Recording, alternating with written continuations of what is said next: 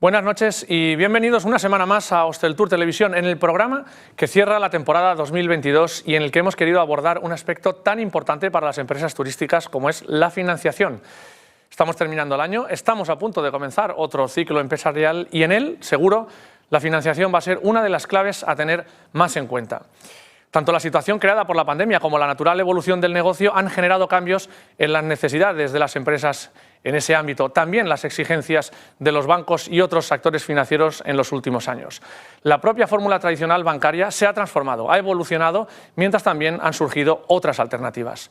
En paralelo, la aparición de nuevos programas como los ICO o los fondos europeos Next Gen han puesto en evidencia la necesidad de acudir al consejo de profesionales especializados. ¿Qué deben hacer las empresas para acceder a una financiación que se adapte a sus necesidades? ¿Cómo navegar en el entramado de requisitos actuales? ¿De qué opciones, además de las tradicionales, disponen las empresas actualmente?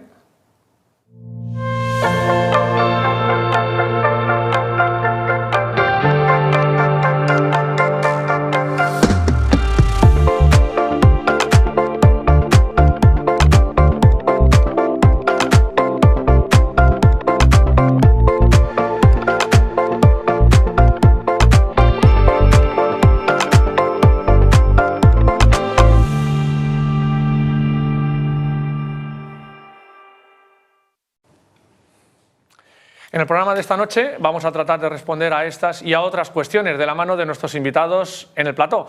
Hoy contamos con Diego Hernández, él es el director de turismo de CaixaBank. Diego, buenas noches. Buenas noches, Manolo, buenas noches a todos. Gracias por acompañarnos en nuestro plató. También está con nosotros Elena Murano, la Senior Advisor en Arcano Partners y también miembro de la Junta Supervisora de TUI. Buenas noches, Elena. Hola, buenas noches, ¿qué tal? Gracias también por estar aquí hoy con nosotros.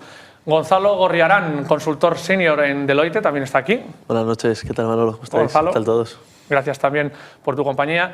Y Gabriel Llovera, vicepresidente ejecutivo del Grupo Bagarden y vicepresidente también de la agrupación de cadenas hoteleras. Biel. Buenas noches y encantado de estar con vosotros. Buenas noches, buenas noches. Vamos a hablar del mundo de la financiación en los próximos minutos, pero antes de comenzar vamos a ver este vídeo que nos adelanta algunos de los aspectos más importantes. La industria turística ha debido recurrir a la financiación en los últimos tiempos por dos razones bien distintas: supervivencia y crecimiento. La primera causa vino determinada por la pandemia y se ha solventado en buena medida con los créditos ICO, hasta 15.000 millones de euros en avales y 20.000 millones en financiación se habían otorgado a principios de este año al sector, mientras el sector mantiene la necesidad de apoyo para seguir creciendo con reposicionamientos, reestructuración de empresas y creación de nuevas infraestructuras. Los bancos continúan apostando fuerte por el sector. CaixaBank ha financiado la actividad hotelera con 1.800 millones de euros hasta el pasado mes de junio. Esta cifra de nueva financiación es la más alta que la entidad ha destinado al sector en un solo semestre. Prácticamente duplica el volumen concedido en el mismo periodo del año anterior, aunque una parte de la financiación viene condicionada. Así, Banca March anunciaba en marzo que habría una línea de financiación por valor de 100 millones de euros para proyectos hoteleros sostenibles. Del mismo modo, los fondos Next Generation se han destinado a necesidades concretas con especial incidencia en la digitalización. En los últimos años han crecido además las fuentes alternativas. Los fondos de inversión de todo tipo son uno de los resortes más habituales, después de los bancos, para la financiación de empresas turísticas. ¿Cómo han evolucionado las exigencias de los financiadores? ¿Cuáles son los pros y contras de recurrir a ellos?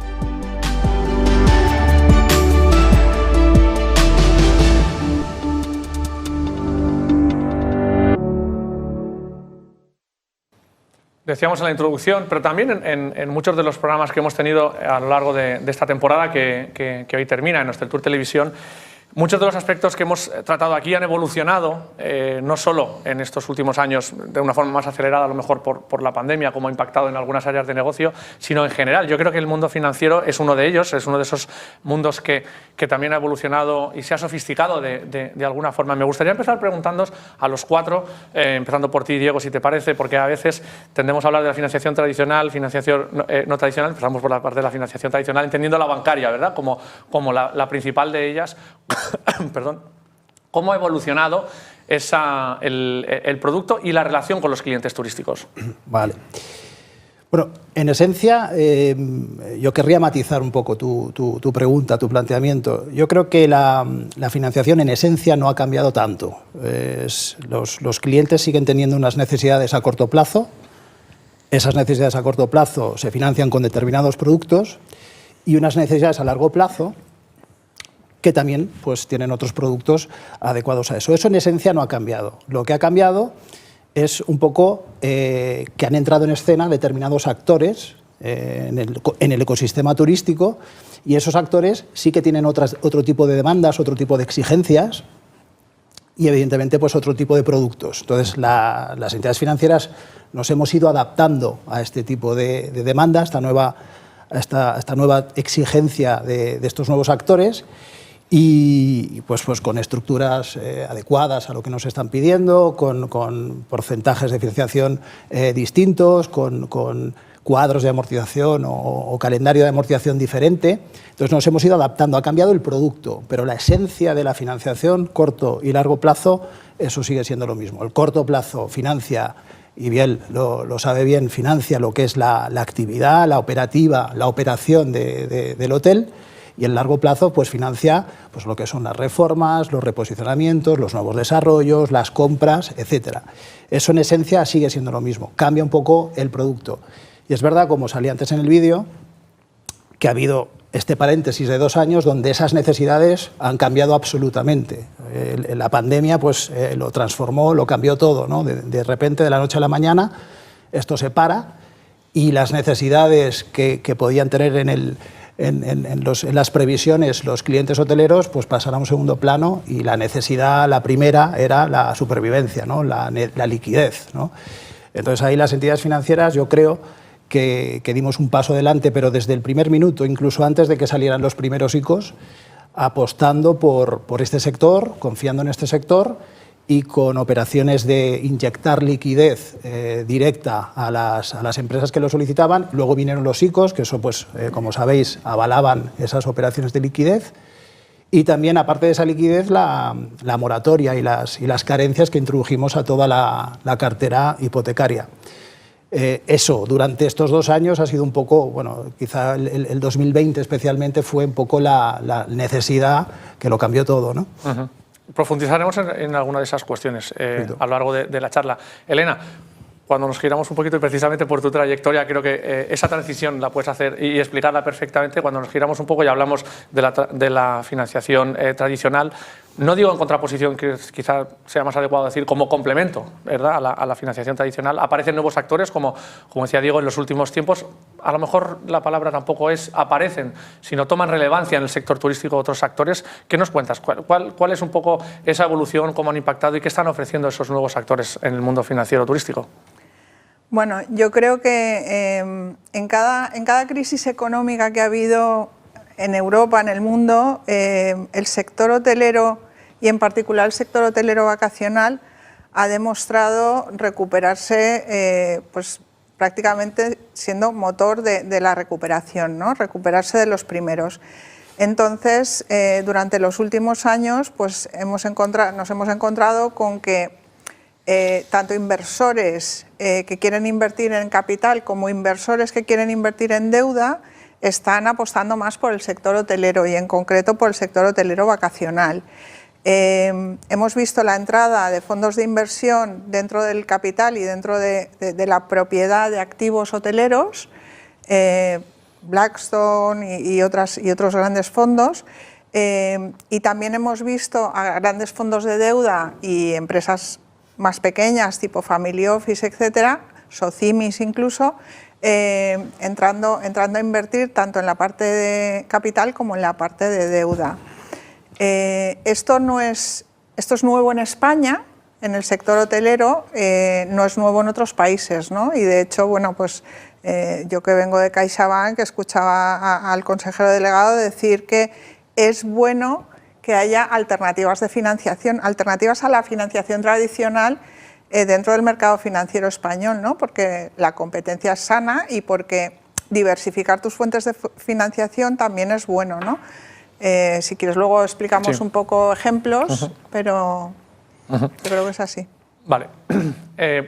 Cuando planteábamos esta charla de hoy, creo que al final hemos conseguido reunir un plantel equilibrado en el sentido de lo que voy a explicar. No estáis colocados en la mesa de esa forma, pero aquí tenemos los financiadores, tenemos un asesor, aunque vosotros no dejáis de ser también asesores de alguna forma, pero que estás entre el cliente, estás entre el sector turístico en muchas ocasiones aconsejando hacia dónde tiene que poner, digamos, un poco el foco ese empresario. Gonzalo, en tu caso, como responsable de Financial en Deloitte, tienes una visión, digamos, de un lado y del otro, ¿no? Así es, ¿no? O sea, nosotros al final siempre estamos, bueno, a caballo entre las entidades o los financiadores y los clientes, ¿no?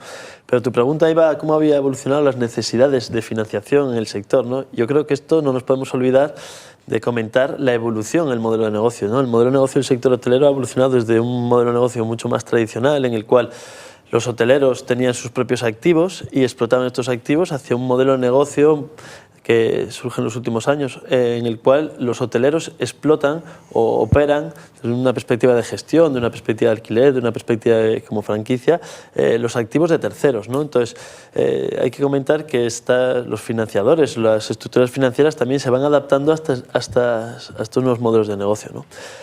También comentar, por ejemplo, como se comentaba antes, ¿no? Durante la pandemia, que bueno, tuvo un impacto muy importante en el sector hotelero, pues se canalizó toda la financiación mediante las ICOs, mediante SEPIs, mediante Cofidis, ¿no? O sea, al final la financiación se va adaptando a las necesidades y a los modelos de negocio del sector en cada momento, ¿no?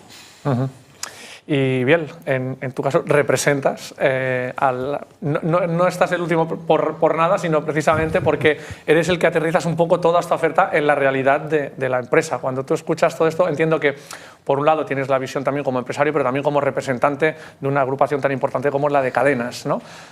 ¿Cómo han evolucionado en este caso vuestras necesidades y si realmente los productos financieros han estado pues, al lado? Y muy específicamente en los últimos tiempos, en los que esas necesidades pues se han agudizado en algunos aspectos, como decía Diego, a los que no estamos acostumbrados en los últimos tiempos y que ha puesto de relieve una situación como la pandemia. Bueno, para las empresas, lógicamente, ha cambiado 100%, ¿no? Y yo creo que todos hemos tenido que aprender nuevas formas de financiación. Lo que está claro es que cuando pues la pandemia lo paró todo, como bien decía Diego, ¿no? Lo que sí tuvimos fue la ayuda desde el principio, minuto cero, para que pudiéramos tirar adelante, ¿no? Porque era o nos salvamos o nos morimos todos. Entonces, esta parte, las entidades tradicionales en este punto, pues la verdad que nos respaldaron 100%. Luego, a medida que ha ido evolucionando pues, la pandemia y hemos ido saliendo de ella, pues la verdad que las empresas hemos estado muy tocadas y hemos necesitado pues, de otro tipo de ayuda, que es la que hemos ido haciendo, pues, como por ejemplo con la empresa que está ahora, Elena. Y bueno, nosotros que estas financiaciones, pues que para nosotros eran muy novedosas, pues la verdad que hemos estado en manos de asesores que nos han tenido que, como Deloitte, ¿no? Que nos han tenido pues que orientar, porque para nosotros todo esto era un tema nuevo y hemos pegado de lleno dentro, ¿no?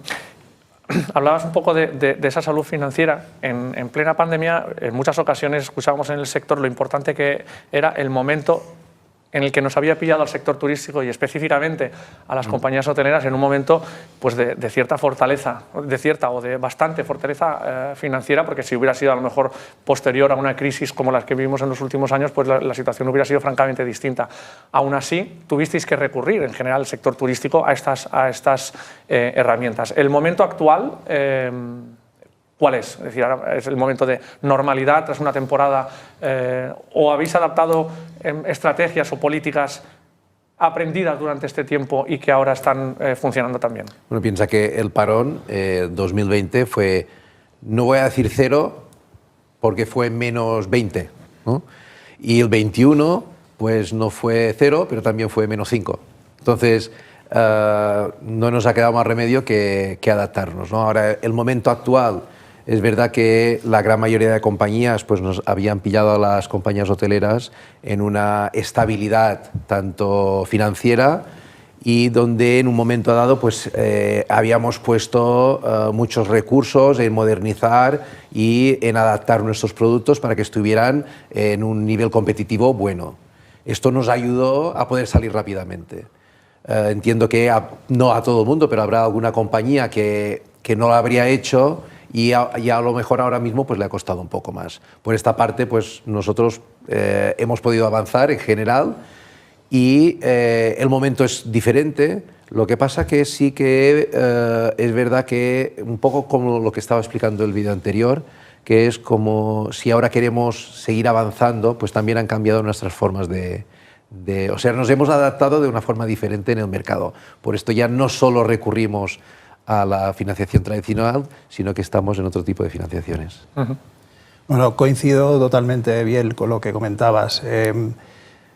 Dentro de lo malo, ¿no? Lo bueno fue que la pandemia pues, cogió al sector muy sano, con la planta renovada, porque concretamente aquí en Baleares desde 2012 ese esfuerzo de modernización y en renovación se vino haciendo paulatinamente, entonces llegamos a 2020 pues, con un porcentaje muy alto de la planta renovada y con la deuda muy controlada. O sea, el nivel de apalancamiento de las empresas era muy controlado, o sea, eran muy buenas temporadas también, porque acordaos que en Baleares concretamente el suelo fue 2009-2010, a partir de ahí cada año fueron mejorando las cuentas de resultados de vuestras compañías, con lo cual enlazamos 6-7 años. Es verdad que el techo aquí fue 2017, quizá el récord a nivel de toda España fue un poquito más tarde, fue en 2019, el año récord. Pero aquí 2017, 2018, 2019 más o menos nos quedamos igual. Por tanto, habíamos enlazado 6-7 años muy buenos, ¿no? Eso reforzó la solvencia de las compañías, entonces viene el parón, ¿no? Entonces, la confianza que se tenía en el sector.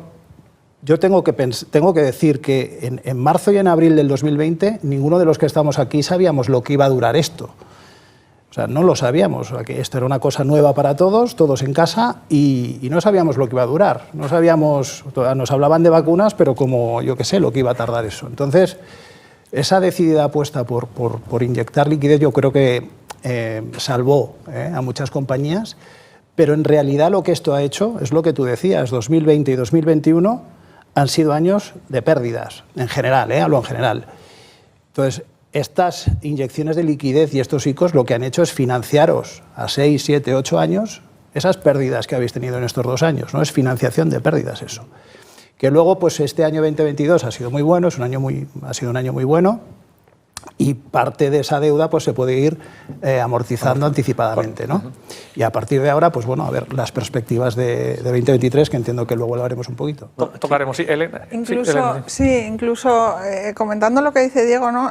Pilló al sector muy bien financieramente, e incluso aquellas compañías que les pilló con el paso cambiado porque se habían metido en inversiones fuertes recientes, incluso esas han podido encontrar soluciones, ¿no? Pues porque o han vendido algunos activos o han buscado otras formas de financiarse. Realmente no ha habido grandes quiebras o dramas, exacto.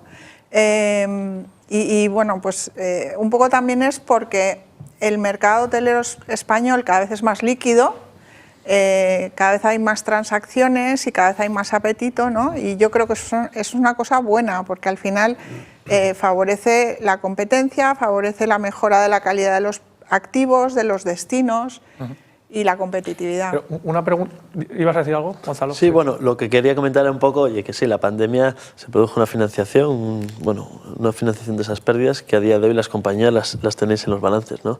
Y sí es verdad que este año 22 ha sido un año bueno, a partir del primer trimestre ha sido muy bueno, Pero también hay que decir que el mundo inflacionista, el mundo de costes, lo que ha evitado es que todo ese incremento de ventas, de demanda y de precios haya bajado al EBITDA, ¿no? El IOP. Entonces, al final, a día de hoy, las compañías sí que se ven con un endeudamiento por el tema de los ICOs, procedente de la pandemia, y con una cuenta de resultados pues, que a día de hoy todavía no está trasladando todo ese incremento de ingresos al EBITDA, ¿no? Al IOP. Y a partir de ahora sí que habrá que empezar a amortizar todos esos ICOs, ¿no? No, bueno, yo lo único que voy a decir es que yo creo que por lo menos a nosotros nos pilló tan mal, un poco así como decía Elena, ¿no? Con el paso cambiado, que lo que sí hemos aprendido es que tenemos que estar muy tranquilitos. Entonces nosotros lo que sí hemos hecho ha sido, no solo hemos ido a tapar estas deudas, sino que hemos ido a protegernos muchísimo más y hemos hecho alguna operación que no era necesaria, en ese momento. O sea, no era obligatoria, pero sí para tener un poco de tranquilidad. Entonces yo creo que habrá un poco de todo, ¿no? Lecciones financieras Express. de la pandemia.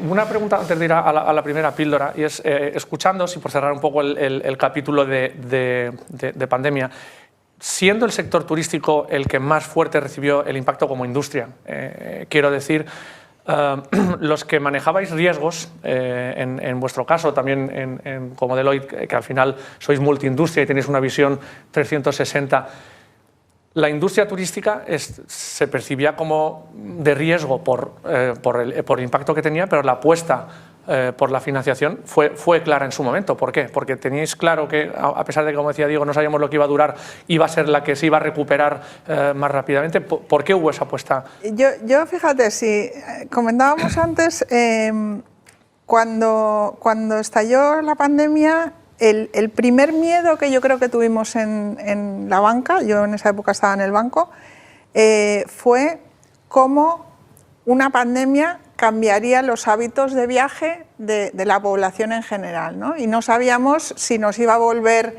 más prudentes y más conservadores, íbamos a querer salir menos porque íbamos a vivir con miedo. Yo creo que lo de vivir con miedo se ha acabado. O sea, lo han demostrado las recuperaciones cuando ha habido atentados en ciudades, lo ha demostrado la propia pandemia. No se puede vivir con miedo, ¿no? Y yo creo que eso ha sido lo que ha hecho que, si me apuras, que sí que hayan cambiado los hábitos de viaje, pero hacia viajar más, no hacia viajar menos, ¿no? Pero eso que no se sabía en ese momento, a pesar de ese riesgo, la apuesta por financiar, por sostener la industria turística, ¿era una huida hacia adelante, era una apuesta estratégica? No, estratégica. Estratégica, bueno, nosotros lo tuvimos claro desde el primer momento. Pensábamos que esto, sin saber cuánto iba a durar, pues que no podía durar eternamente, ¿no? Sabíamos que era cuestión a lo mejor de meses. Pensábamos todos al principio que llegábamos a verano, igual esto ya se iba a haber acabado. Luego ya nos dimos cuenta que no era cuestión de buen tiempo o mal tiempo, era cuestión de vacuna y entonces tardó un poco la cosa bastante más, ¿no? Pero desde el primer minuto, yo creo que lo que comentaba Elena, el turismo, el ocio, el viajar, se ha convertido en un bien de primera necesidad. En los últimos años está súper demostrado. Y yo creo que este verano 22, es un poco la demostración de eso, ¿no? Que ha sido un poco el efecto champán después de 2 años de estar pues, con ciertas restricciones de movilidad y demás, pues este verano pues, ha sido un Gonzalo, vosotros que sois multiindustria, al final cuando hablabas con tus compañeros de otras industrias, ¿cómo estabais viendo el turismo desde el punto de vista financiero, evidentemente, desde ese ámbito que tú manejas? Bueno, siempre se hablan de las curvas de recuperación, ¿no? Que la verdad que durante ese año de pandemia todo el mundo, yo creo, nos hemos hartado a hacer curvas de recuperación. Se dibujaron muchas curvas, de muchas formas. Una por semana. Pero sí es verdad que al final del sector turismo todo el mundo sabíamos que al final se iba a recuperar, ¿no? Antes o después. Sí es verdad que lo que no sabías era el periodo de recuperación, pero sabías que en el momento esta curva iba a llegar, ¿no? Igual que en otros sectores, y a lo mejor era más complicado el sector turismo, en cuanto hubiera las vacunas, las aperturas de los países, etcétera, sabíamos que un país como España se iba a recuperar en este sector, ¿no? Pues vamos a ir a hacer nuestra primera parada, nuestra primera pausa, en este caso para escuchar la primera píldora de consejos. En este caso, Roser Cervera es la abogada de Boades Legal y nos va a hablar sobre otra cuestión, que con esa sí cerraremos ya definitivamente el capítulo pandemia. Nos va a hablar sobre la prohibición de despedir tras la pandemia.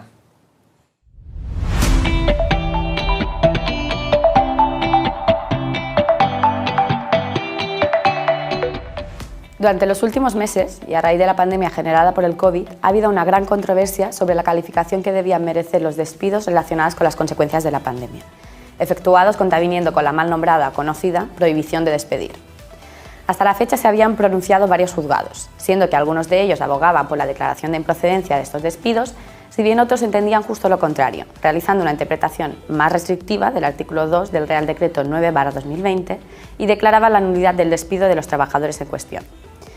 No ha sido hasta hace unas semanas que nuestro Tribunal Supremo se ha pronunciado sobre la cuestión en una ansiada y esperada resolución judicial. En síntesis, el Tribunal Supremo ha entendido que los despidos efectuados por causas COVID deben ser declarados improcedentes, por tratarse de despidos sin causa, conforme a la normativa vigente y a la ya consolidada jurisprudencia existente en materia de despido. Lo anterior por cuanto, según nuestro alto tribunal, el artículo 2 del Real Decreto 9/2020 no contiene ninguna prohibición de despedir, pues atendiendo a su tenor literal, lo que se estableció fue una limitación temporal de utilización de causas que pudieran dar lugar a un ERTE COVID, como justificativas de una extinción de contrato de trabajo o de un despido. Además, según ha razonado, la declaración de nulidad del despido debe reservarse para los supuestos en los que dicha consecuencia esté legalmente prevista o el despido se haya producido con vulneración de derechos fundamentales. Así, el Tribunal Supremo ha fallado en la línea que ya venían vaticinando resoluciones judiciales de distintos tribunales menores. Sin embargo, cabe recordar que este reconocimiento de improcedencia de los referidos despidos en nada incide en la posible devolución a la Seguridad Social de las bonificaciones exoneradas en relación a los ERTEs afectados por fuerza mayor, por infringir el compromiso de salvaguardia del empleo.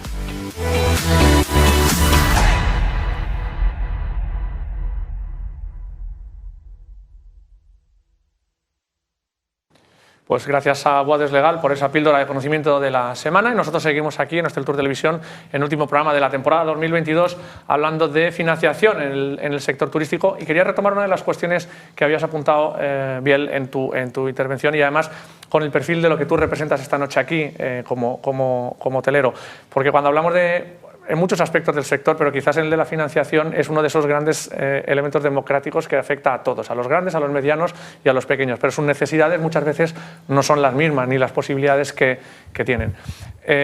Vosotros sois una hotelera mediana, podríamos decir, ¿no, Biel? Entiendo, además, con espíritu de crecimiento. Podrás contarnos algunos de los planes que tienes en ese sentido. Quería que nos contaras un poco con tu visión también como vicepresidente de cadenas, que estás en contacto con las grandes cadenas.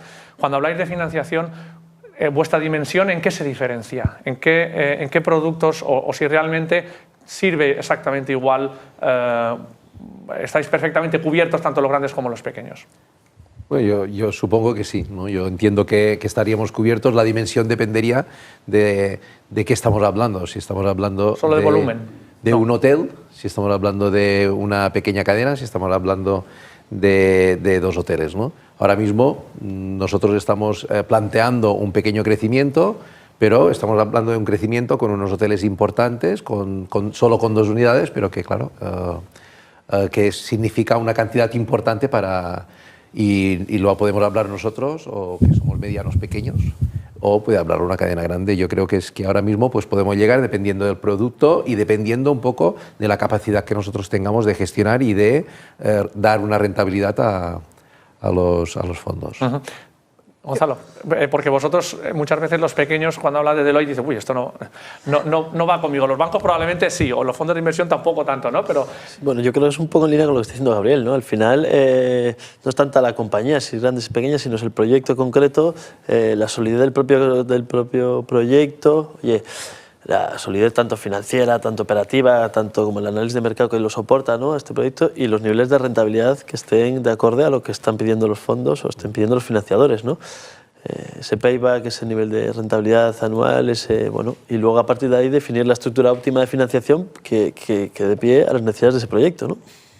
Claro, lo bueno de las cadenas hoteleras propietarias de los activos es que en realidad no importa mucho si eres pequeña o grande, porque tú vas financiando muchas veces hotel por hotel, ¿no? Entonces, al final, incluso puedes elegir financiar un hotel con financiación bancaria y a lo mejor financiar otro proyecto que a los bancos pueden no gustarle tanto con financiación alternativa, o financiar cada hotel con un banco, por ejemplo. Lo bueno de tener los activos es que al final tú le metes una financiación a cada activo. Luego es verdad que hay algunas cadenas pues que por su envergadura o lo que sea, pues pueden acceder a otro tipo de financiación, como son las cotizadas o como son financiación vía bonos, etcétera. Y eso ya sí son operaciones más corporativas, que no descansan tanto en el activo, en el ladrillo, sino que descansan en el balance de la compañía. Pero no se financian muy diferentes las grandes que las pequeñas. Yo te diría, Manolo y Elena, bueno, compañeros, que los criterios para decidir una financiación no dependen tanto del tamaño. O sea, aquí hay unos fundamentales en los criterios de riesgo, que es el cliente, la finalidad y la capacidad de repagar la deuda que nos pida. Esto adaptado al sector hotelero es el operador, quien va a hacer la operación del hotel, porque es el que va a generar la caja para repagar la deuda que se mete ahí dentro.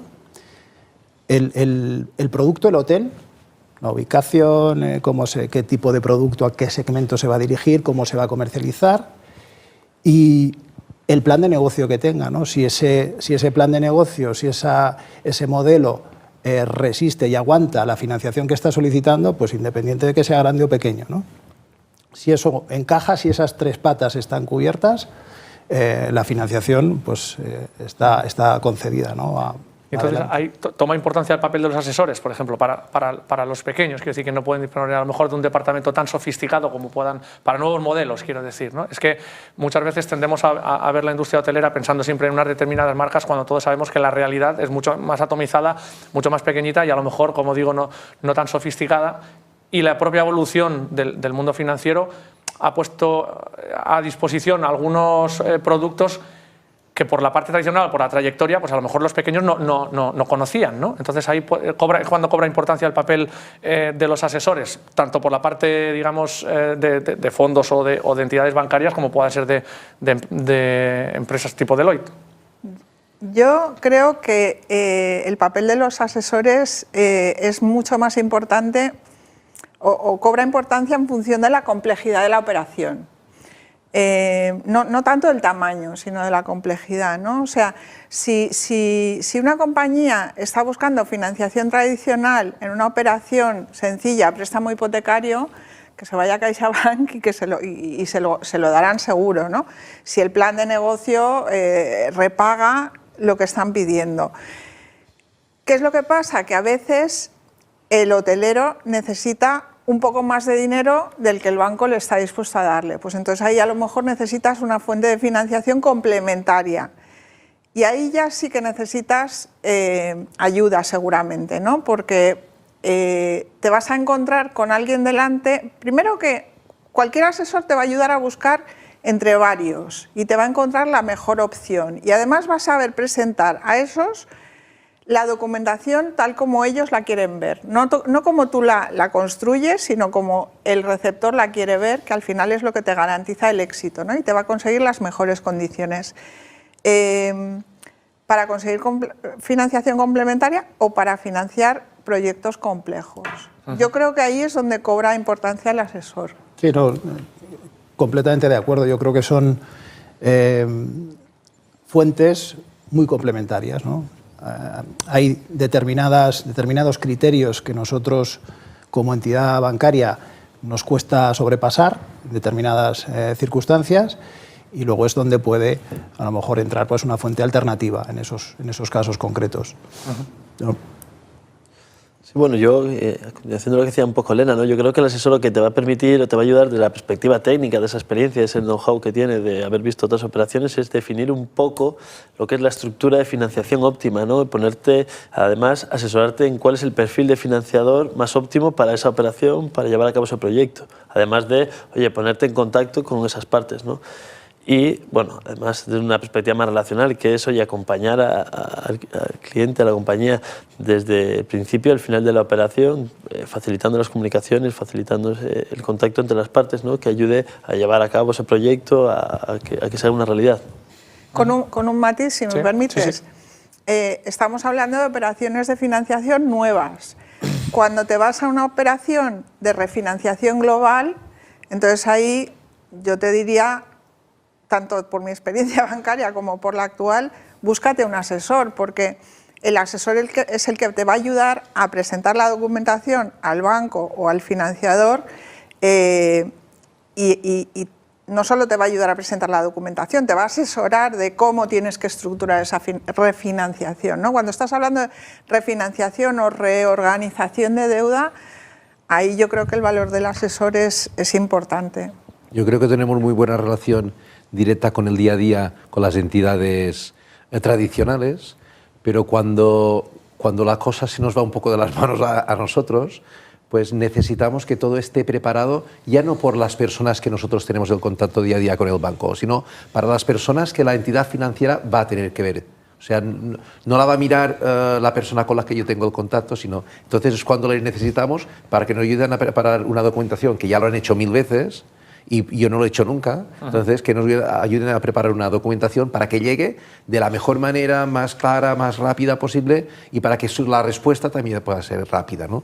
Entonces, yo creo que es una necesidad, lógicamente para nosotros, ¿no? Sí. Pero más para la entidad financiera, para que las cosas salgan mucho más claras y mucho más directas.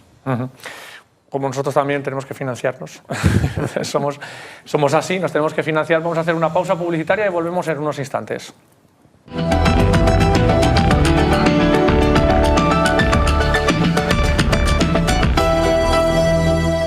¿Necesitas retirar tus residuos? Hazlo de la forma correcta. En Aujub Contenedores encontrarás todos los servicios que necesitas para retirar tus residuos cuidando del medio ambiente. Alquiler de contenedores de obra, tubos de desescombro, sacas, maquinaria para la construcción, camión grúa y transporte autorizado de residuos. Infórmate en el 971 43 18 11 o escríbenos a info@aujub.com. Aujub Contenedores. Cuidamos del medio ambiente. Cuidamos de ti.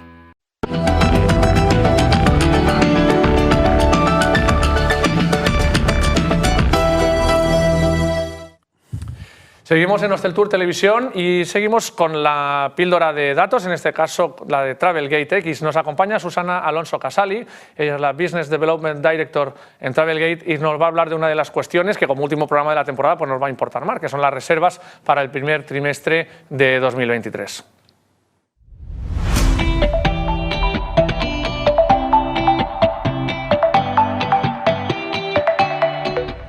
Hoy es nuestro último programa de la temporada y vamos a dedicarlo a hacer un avance de lo que sucederá en las reservas del primer trimestre de 2023.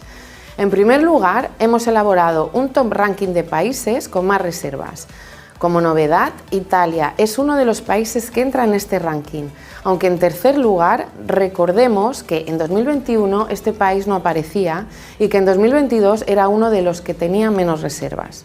En segundo lugar, analizamos las nacionalidades que viajarán en el primer trimestre.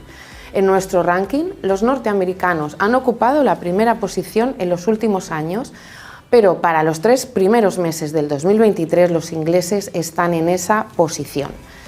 Seguidamente, españoles, brasileños e irlandeses son otras de las nacionalidades que ya tienen sus reservas para los primeros meses del próximo año. En cuanto a precios medios, en el continente americano existe una subida de casi el 37% en los precios medios de las reservas. También suben en Europa un 21%, en los países asiáticos un 29%, en África un 57% y Oceanía un 4%. Las estancias medias para el 2023 rondan las 4 noches, es decir, un 33% más que el año anterior. Por último, en el primer trimestre vemos un cambio en los tipos de viajeros, ya que aumentan las parejas en un 6,67% y los viajeros en solitario descienden un 29%. Habrá que ver si esta tendencia se mantiene solo en esta etapa o se mantiene durante todo el año. Grupos y familias también se incrementan en un 5% y un 55%. Desde Travelgate agradecemos que nos hayáis acompañado en estos microespacios y esperamos vernos en la próxima temporada con más datos del sector. Felices fiestas y buen 2023 para todos.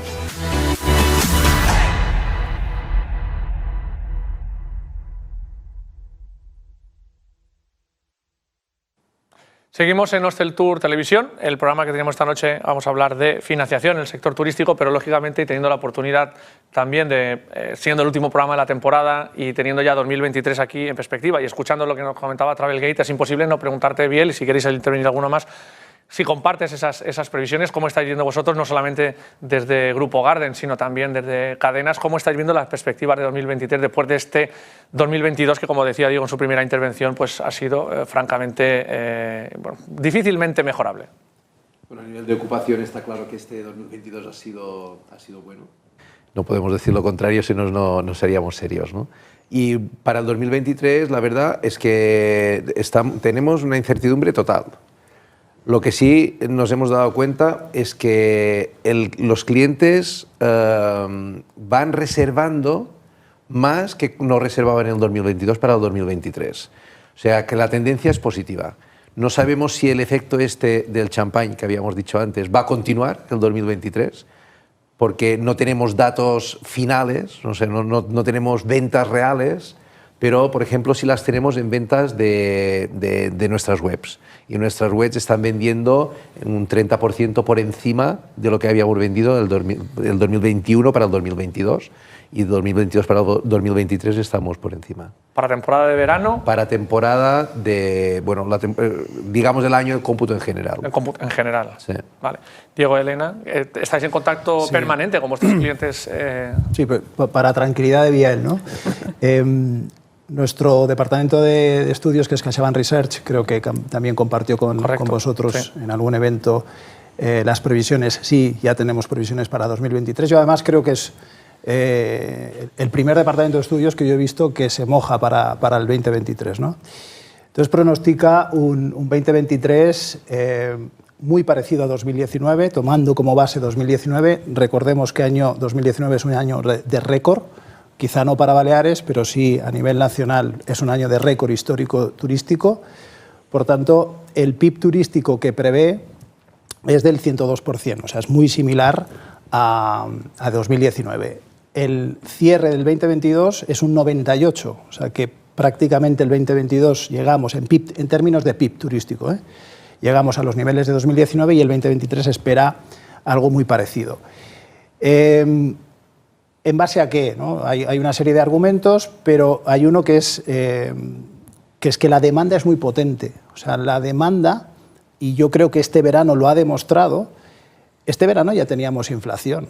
Este verano ya estábamos pagando la electricidad y la gasolina muy cara, y la gente ha salido. Y tú vas a cenar y están los restaurantes hasta la bandera.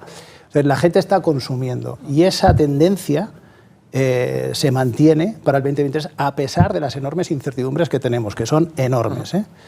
Entonces, la demanda muy potente y poco elástica, poco variable a la macro. Eso es la tendencia que estamos observando. A pesar de la disminución de las reservas, digamos, de las familias, de los ahorros, porque sí que es verdad que 2020-2021 ese gasto no se había hecho, ha estado disponible en 2022, ahora para 2023 sí que es verdad que también había unas cifras, pero es cierto, comparto contigo, de hecho lo publicamos, que había incluso un 3% por encima, si no recuerdo mal, sobre las previsiones anteriores, pero sí que es cierto que la disponibilidad financiera familiar es menor. Sí. A pesar de eso, las previsiones son estas, ¿no? Hay otro indicador que es que se ha recuperado también en largo rango. A nivel nacional, los vuelos de larga distancia, sobre todo Estados Unidos y Japón y Corea, también están viniendo mucho más, ¿no? Y eso también es un punto de recuperación.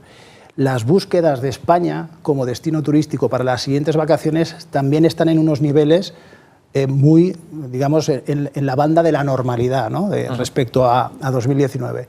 Entonces, toda esta serie de indicadores, luego también Canarias, que Canarias, digamos que está en temporada alta, también las reservas en Canarias y las ocupaciones están siendo buenas y sobre todo a muy buenos precios, ¿no?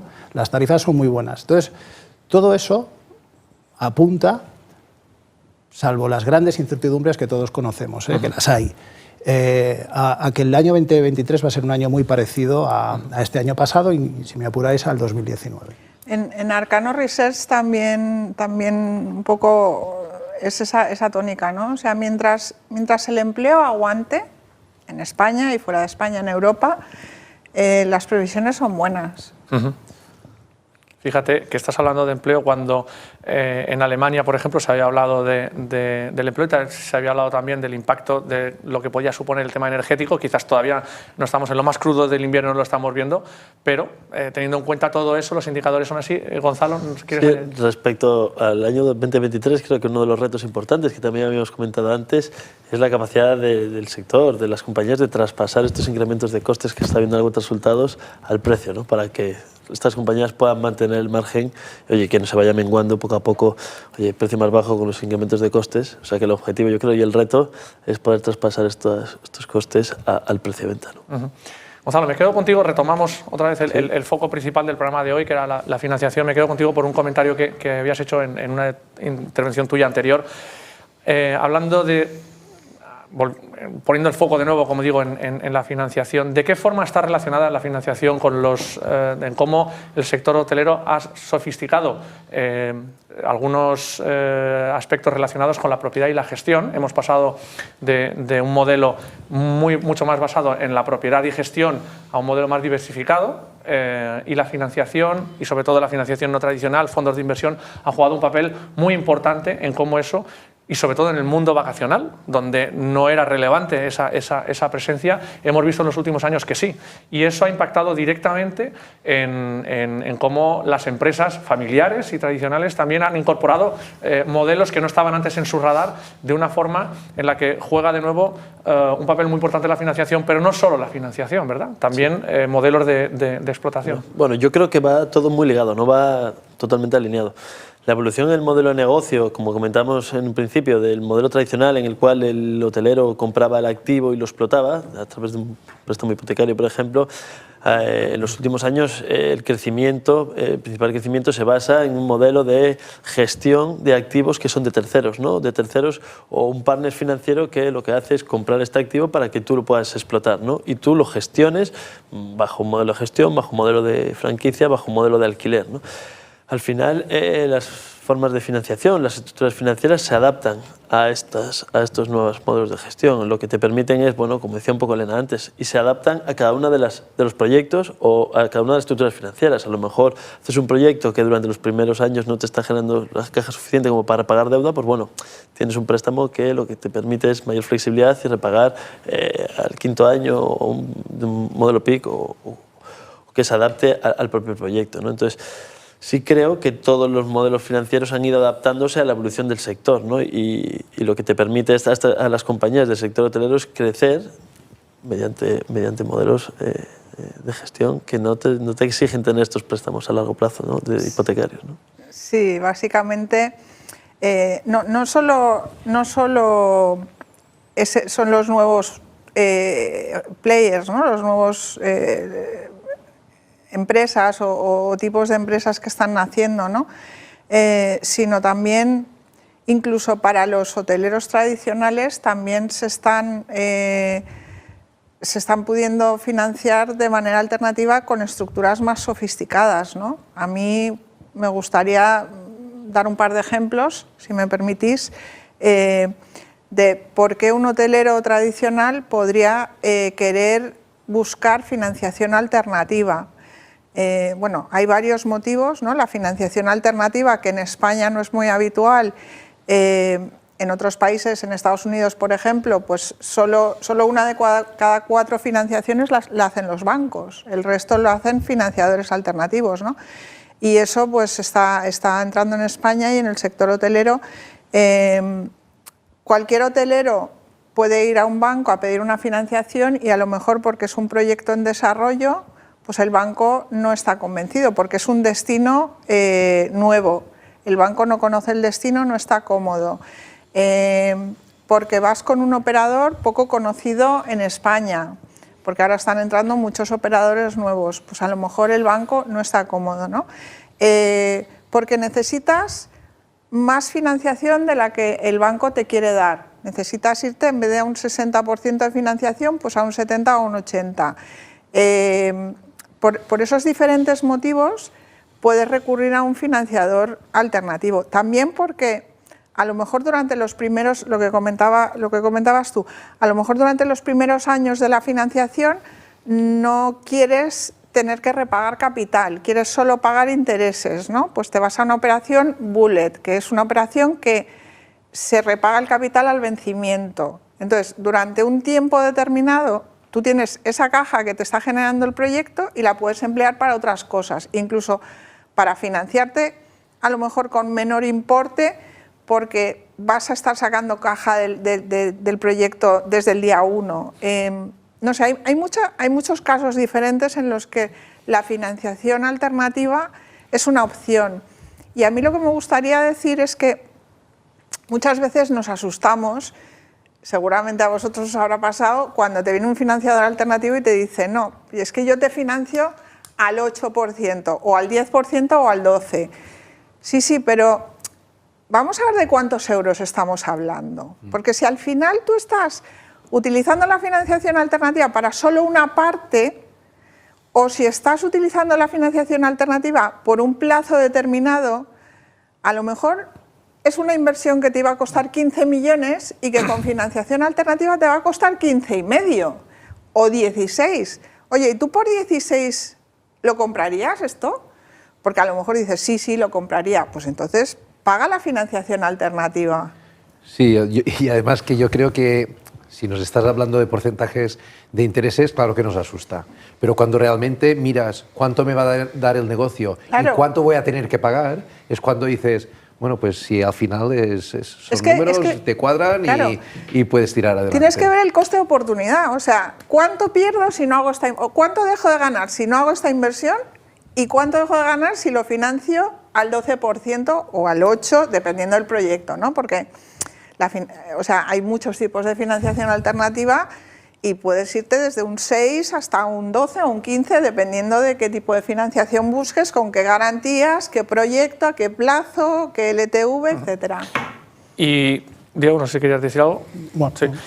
Y actores que a lo mejor antes no precisaban de esa financiación, como podría ser, por ejemplo, cuando estamos hablando de cómo se ha diversificado la operativa hotelera, propietarios y gestores. Los propietarios, evidentemente, pues para inversión en piedra sí son más intensivos en la utilización de capital, los gestores no tanto, pero ahora que tienen que asumir, por ejemplo, CAPEX, ¿no? Que en operaciones en las que los gestores asumen CAPEX, son nuevos posibles demandantes de capital, ¿no? Sí, algunos operadores están asumiendo parte del CAPEX, a cambio, obviamente, de pagarle un poco menos al propietario.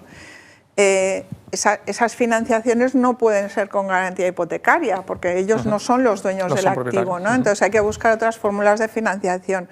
Tampoco son operaciones a tan largo plazo, porque no tienen garantía hipotecaria. Entonces, bueno, a veces los bancos entran, a veces no entran.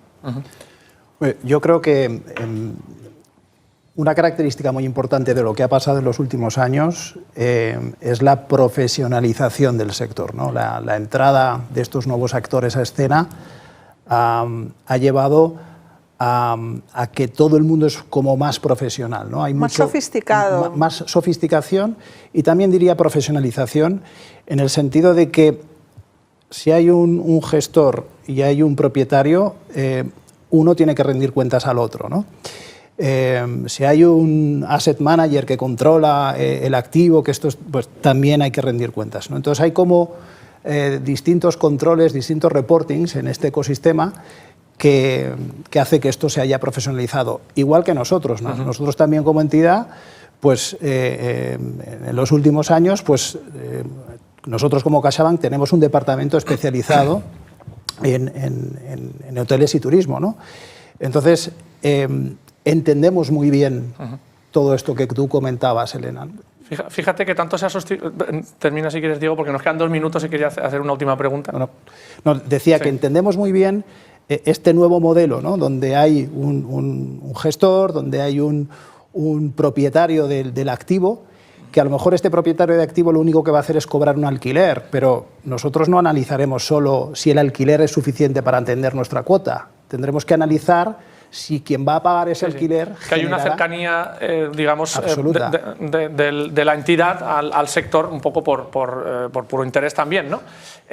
tanto se ha sofisticado, como decíais vosotros, y tanta mezcla, ¿no?, de papeles, que incluso los hoteleros también están entrando en nuevas aventuras, quizás no financieras, pero sí un poco tangencialmente. En el caso, por ejemplo, vuestro, Biel, cuéntanos si quieres un poco este proyecto que habéis iniciado. Nosotros nos aprovechamos de todas estas nuevas oportunidades que hay y, lógicamente, tenemos una caja finita que no podríamos ir a todo lo que nos pueda ir saliendo, ¿no? Y ahora mismo en la mesa pues podemos tener 5 proyectos y podríamos realmente llegar a los 5 proyectos porque vamos a utilizar pues estos medios. Entonces, para nosotros esto nos facilita mucho el poder crecer, que si tuviéramos que ir por nuestra cuenta solo con esto. Me refería más por la parte de vuestro proyecto nuevo, de vuestra central de, bueno, no sé si le queréis llamar central de compras, perdona, pero que también entra por la parte financiera de una forma muy importante. Sí, hemos creado una central de compras que ya está en funcionamiento y tiene se aprovecha también de todas estas circunstancias que están saliendo, ¿no? Porque desde el momento que un proveedor vende, entrega el género al cliente, el proveedor a través de una entidad financiera ya podría, y está planteado de esta manera, ya puede cobrar directamente la factura y él ya se entiende con el cliente final, que es el que le tiene que pagar la factura al proveedor en vez de pagarse al proveedor. ¿Cómo se llama el proyecto, Biel? Pregunta de examen. Nubia Market, que es una central de compras hotelera, está en funcionamiento y esta temporada pues ya hay 3 cadenas hoteleras que hemos comprado a través de ¿Cómo es el tema de la financiación, ¿no? Entiendo más que es de circulante en este caso, ¿no? No sé si voy bien un poco, que también es muy importante para las entidades, ¿no? Al final los hoteleros también nos quitan trabajo a los banqueros, cuidado con eso. En nuestro caso tiene muchísimo peso el circulante, ¿eh? En toda la producción de crédito que hace el banco al sector, aproximadamente el 35-38% es circulante. O sea que pólizas de crédito, líneas de confirming, líneas de factoring, etcétera.